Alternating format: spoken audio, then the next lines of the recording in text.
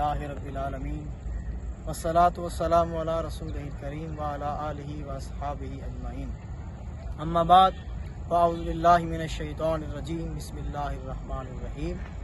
قال النبی صلی اللہ علیہ وآلہ وسلم انما الاعمال بالنیات، نبی کریم علیہ الصلوۃ والسلام نے ارشاد فرمایا کہ بے شک عملوں کا دار و مدار نیتوں پر ہے۔ تو نبی پاک علیہ الصلوۃ والسلام کے فرمان کے مطابق جو شخص بھی جو عمل کرتا ہے، اگر اس کی نیت اچھی ہے تو اس کی اچھی نیت کا ثواب ملے گا، اگر اس کی نیت بری ہے تو اس کو بری نیت گناہ ملے گا۔ فرمایا نیت المومن خیر من العمل، مومن کی نیت اس کے عمل سے بہتر ہے۔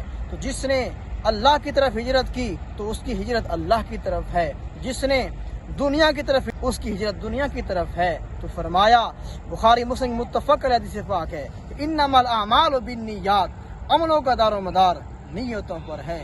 اور اس لیے حدیث پاک پر عمل کرتے ہوئے ہمیں اپنی نیتوں کو اچھا بنانا چاہیے، تاکہ جب ہماری نیت اچھی ہوگی تو ہمیں اس کی جزا بھی اچھی ملے گی، کیونکہ جو شخص جو بیج بوتا ہے وہی کاٹتا ہے۔